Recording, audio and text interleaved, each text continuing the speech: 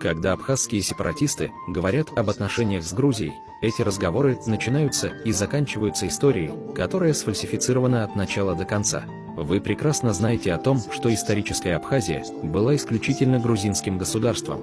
Они основывают свой сепаратизм именно на царстве Абхазетии. Они говорят, что вот, у нас когда-то было царство, и в том абхазском царстве у нас когда-то была автокефальная церковь, и мы хотим восстановить то же самое. Однако, они ничего не говорят о том, что абхазское царство и существовавшая в нем автокефальная церковь оставили после себя уникальное культурное наследие, которое от начала до конца является грузинским и только грузинским.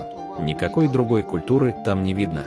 В абхазском царстве и существовавшей в нем церкви не видно деятельности никакого другого этноса, находившегося в противостоянии с грузинами. А ведь остались документы, остались источники, осталась литература. Там нет ничего не грузинского.